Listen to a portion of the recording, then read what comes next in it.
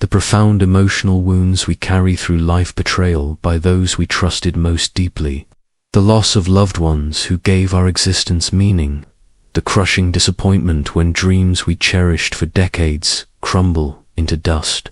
These experiences often leave us feeling that healing is impossible and that the pain will always define our story.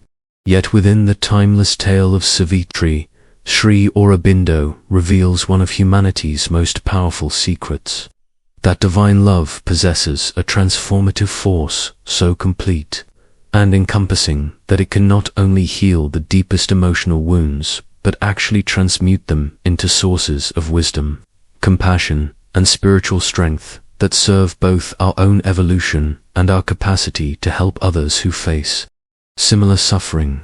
This isn't the superficial positive thinking that suggests we should simply overcome painful emotions through willpower or distraction, but rather a profound understanding of how consciousness itself can be transformed through contact with the divine love that exists as the very foundation of existence. Savitri's journey begins with what appears to be the ultimate wound, the death of her beloved Satyavon, a loss so complete and devastating that it seems to render meaningless everything they had built together and every dream they had shared for their future. In this mythological framework, we recognize our own deepest fears about love and attachment, that opening our hearts fully to another person makes us vulnerable to wounds so severe that they might destroy our capacity for joy, trust, and hope entirely. The death that claims Satyavon represents all the forms of loss that can shatter our emotional world. The ending of relationships that felt eternal, the failure of projects into which we poured our souls, the gradual fading of parents or children whose presence seemed essential to our sense of purpose and identity. What makes Savitri's response so remarkable and instructive is that she neither denies the reality of her pain nor accepts it as final and insurmountable. Instead, she recognizes that her love for Satyavon is rooted in something far deeper than personal attachment or emotional dependency, emerges from the divine love that connects all beings at the level of their essential spiritual nature. This recognition doesn't eliminate her grief or make the loss less painful, but it provides her with access to resources for healing and transformation that transcend what the surface personality can provide through its own efforts and understanding. The love she feels for Satyavon becomes a doorway through which she can access the cosmic love that sustains all existence and has the power to transform even death itself. This transformation of personal love into divine love represents one of the most profound healing processes available to human consciousness. When we love another person from the level of ego and personal need, that love remains vulnerable to all the changing circumstances that can threaten or destroy relationships. Misunderstanding, physical separation, illness, aging, and death. But when our capacity for love expands to encompass its divine dimension, we discover that what we truly love in another person is the eternal consciousness that expresses itself through their unique personality and circumstances. This consciousness cannot be destroyed by external events, even death itself, because it represents the immortal essence that is our deepest identity and the identity of all beings.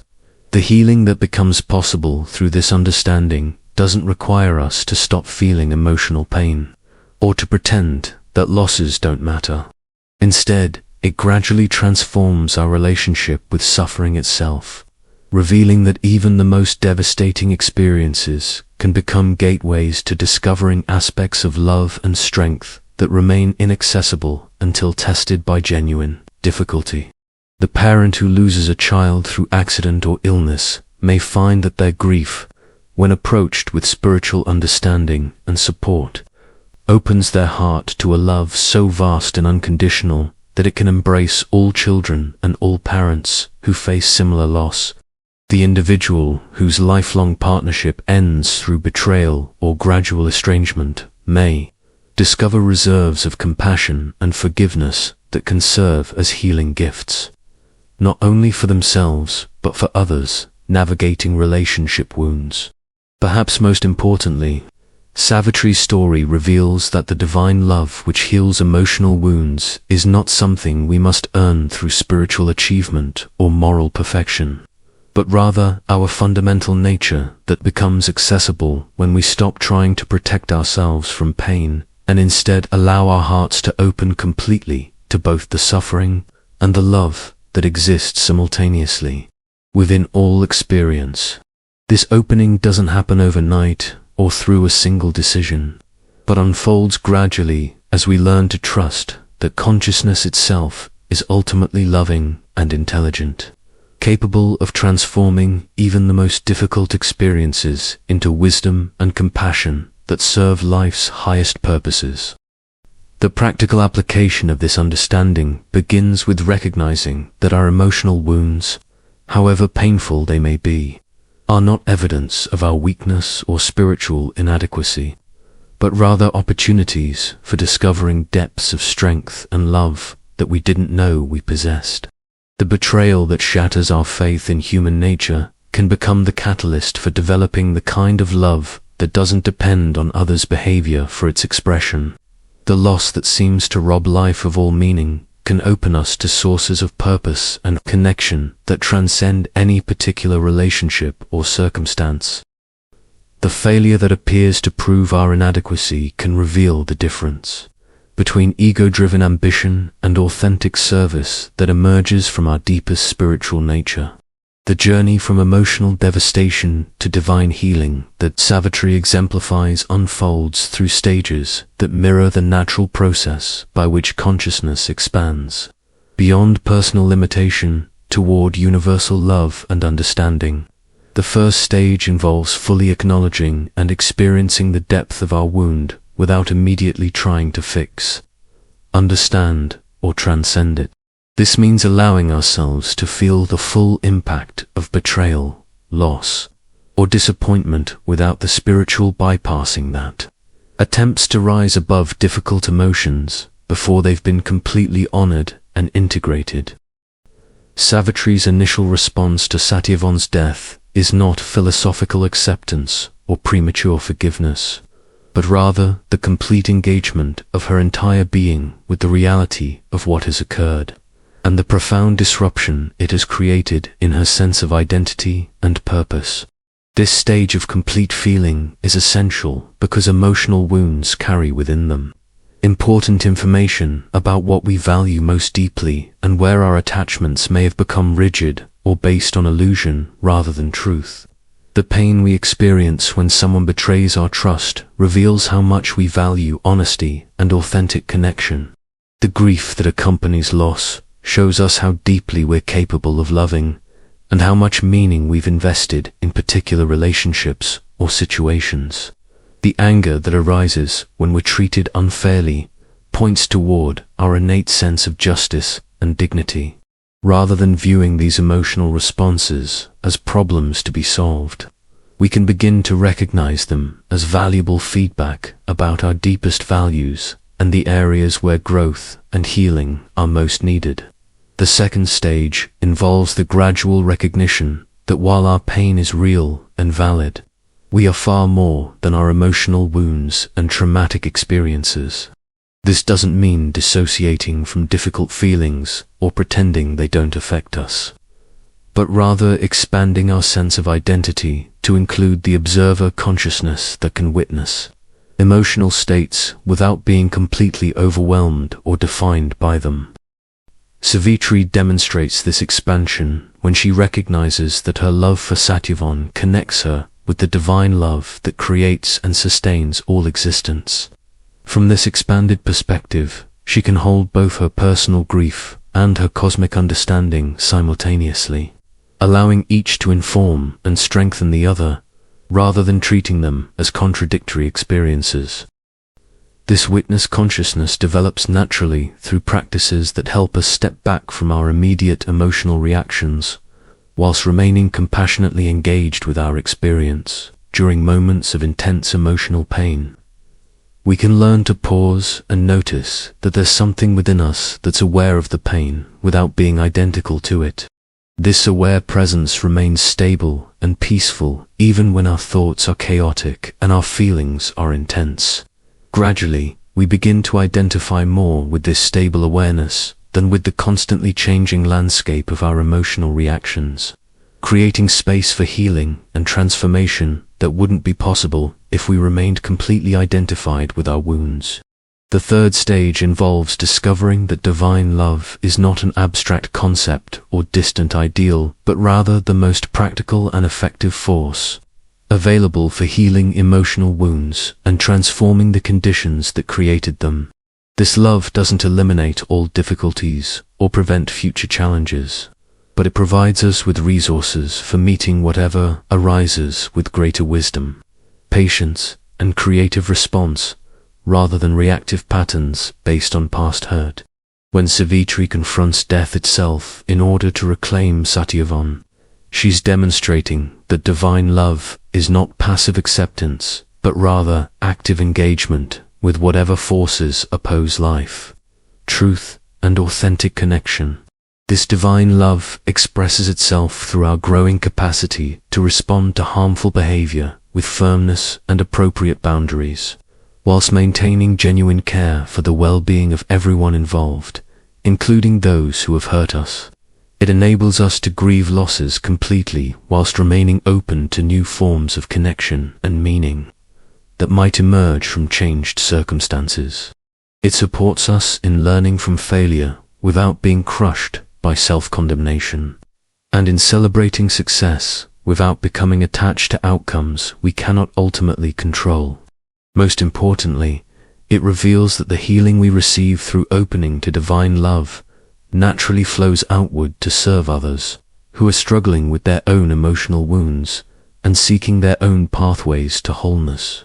The transformation that occurs through this process is not merely personal healing, but rather the emergence of what we might call wounded healers, individuals who have transmuted their own suffering into wisdom and compassion that can serve as medicine for others facing similar challenges.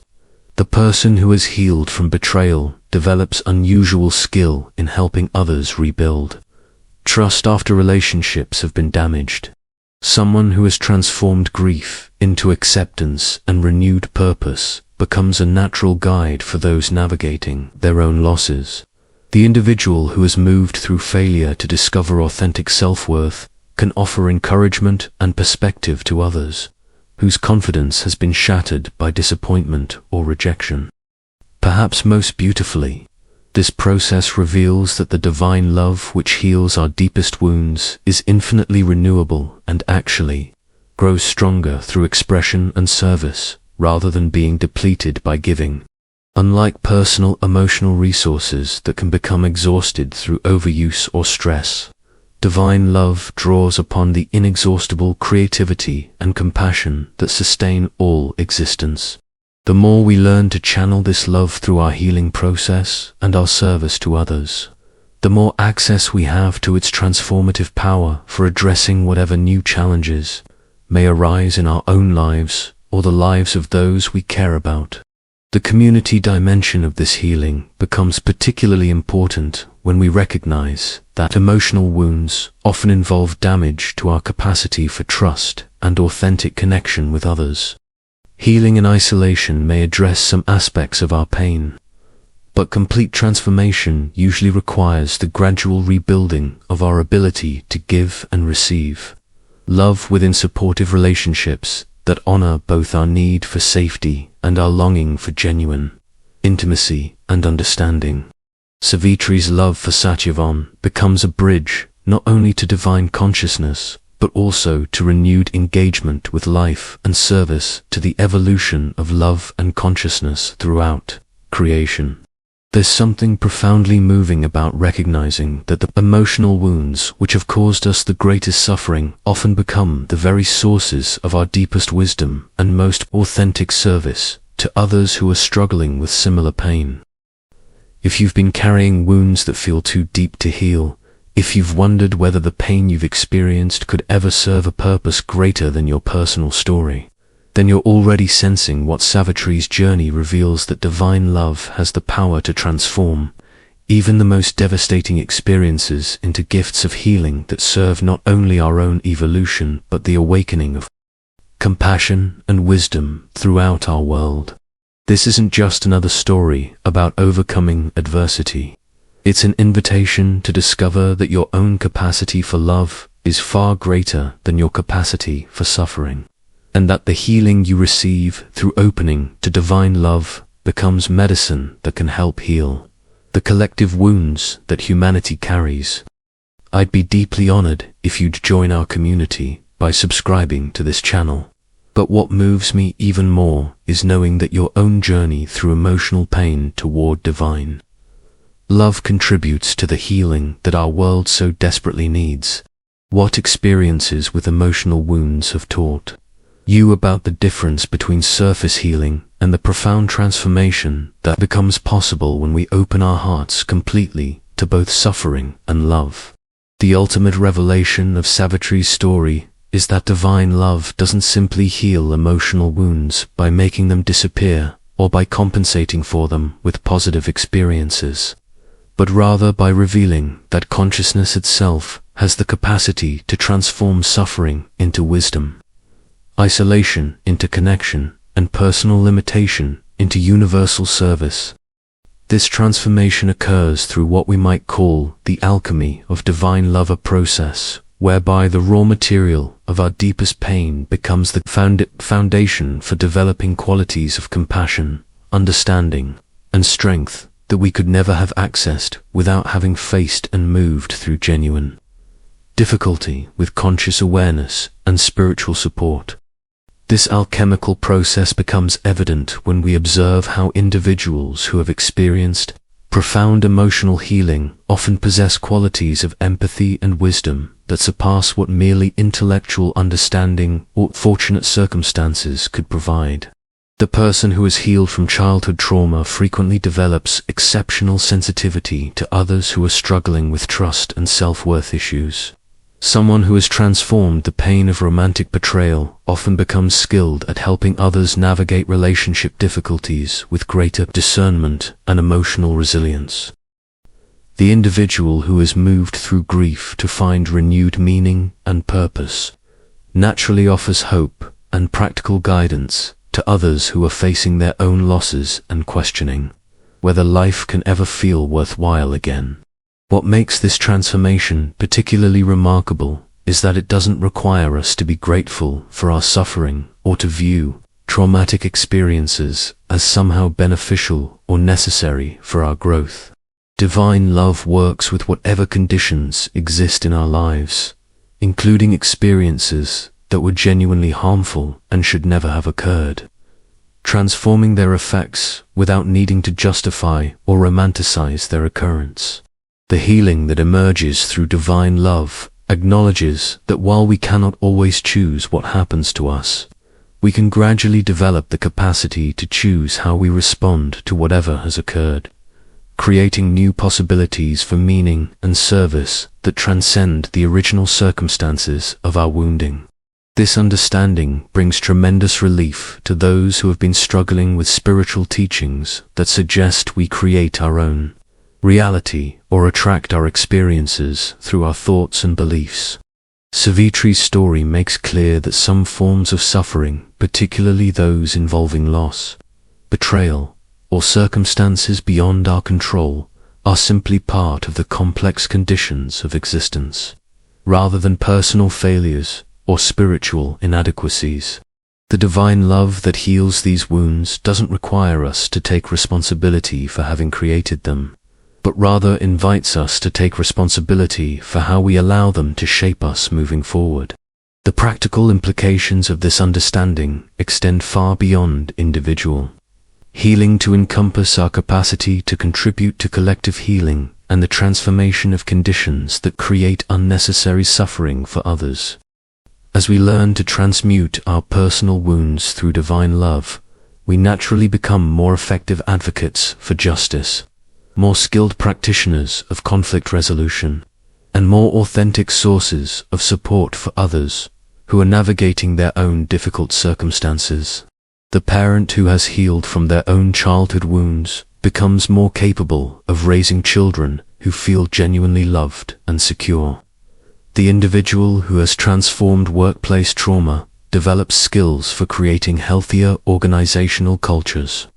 The person who has moved through addiction or mental health challenges often becomes a valuable resource for others facing similar struggles. Perhaps most significantly, this process reveals that the healing of individual emotional wounds contributes to the healing of collective trauma and the evolutionary transformation of human consciousness toward greater compassion and wisdom. Each person who learns to transform personal suffering through divine love becomes a living demonstration that such transformation is possible, inspiring hope and providing practical guidance for others who might otherwise remain trapped in cycles of pain and reactivity. The ripple effects of individual healing extend through families, communities, and eventually entire cultures, gradually shifting the overall quality of human relationships toward greater authenticity, mutual support, and conscious collaboration in addressing shared challenges.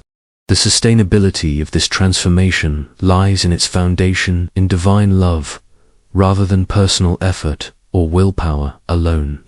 While healing certainly requires our active participation and conscious choice-making, the love that enables profound transformation draws upon resources that far exceed what any individual personality could provide through its own strength and understanding.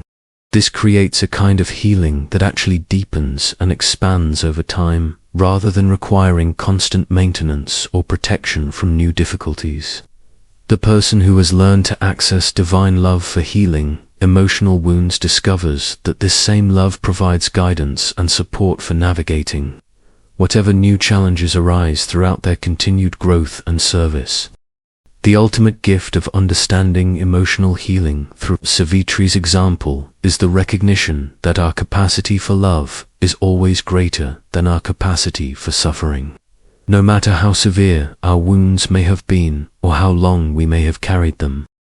This isn't based on optimistic thinking or denial of the reality of emotional pain, but rather on the direct experience that consciousness itself is fundamentally loving and creative, constantly seeking opportunities to express greater wisdom, beauty, and compassion through whatever circumstances arise in our lives. Even our deepest wounds become doorways through which this divine love can manifest more completely in our personal experience and our service to others. As we conclude this exploration into how divine love heals the deepest emotional wounds through Savitri's transformative example, my heart is filled with profound appreciation for every soul who recognizes that their own journey through emotional pain is not a private struggle, but rather a sacred process that contributes to the healing and evolution of human consciousness itself. The wounds you've carried, the betrayals you've endured, the losses that have shattered your heart, none of these experiences are wasted or meaningless when approached with the understanding that divine love can transform even the most devastating circumstances into sources of wisdom and compassion that serve life's highest purposes. If these insights about divine love's healing power have touched something real in your own experience with emotional wounds, if you can sense that your own pain might be transformed into medicine for others who are struggling with similar challenges, then you're already walking the path that Savitri illuminated. The recognition that our greatest sufferings can become our greatest gifts when we allow divine love to work its transformative magic through our willingness to remain open to both healing and service. I would be deeply moved if you'd continue this exploration with us by subscribing to our channel. But what inspires me most is hearing about your own journey of discovering how divine love can heal emotional wounds that once seemed impossible to bear. What experiences with emotional pain have taught you about the difference between surface healing and profound transformation? How have your own wounds become sources of wisdom and compassion that help you understand and support others who are facing similar challenges? What aspects of Savitri's journey from devastating loss to divine love most resonate with your own process of healing and growth? Please share your stories, insights, and questions in the comments below. Your journey of transforming emotional wounds through divine love illuminates possibilities for all of us who are learning that even our deepest suffering can become sacred service when approached with conscious awareness and spiritual understanding. This exploration isn't just about understanding mythological teachings or feeling temporarily comforted. It's about recognizing that we live in a universe where love is more powerful than any force that opposes it, and that our own healing contributes to the collective awakening of humanity to the divine love that can transform any wound into wisdom and any loss into renewed capacity for service to life's endless creativity and compassion.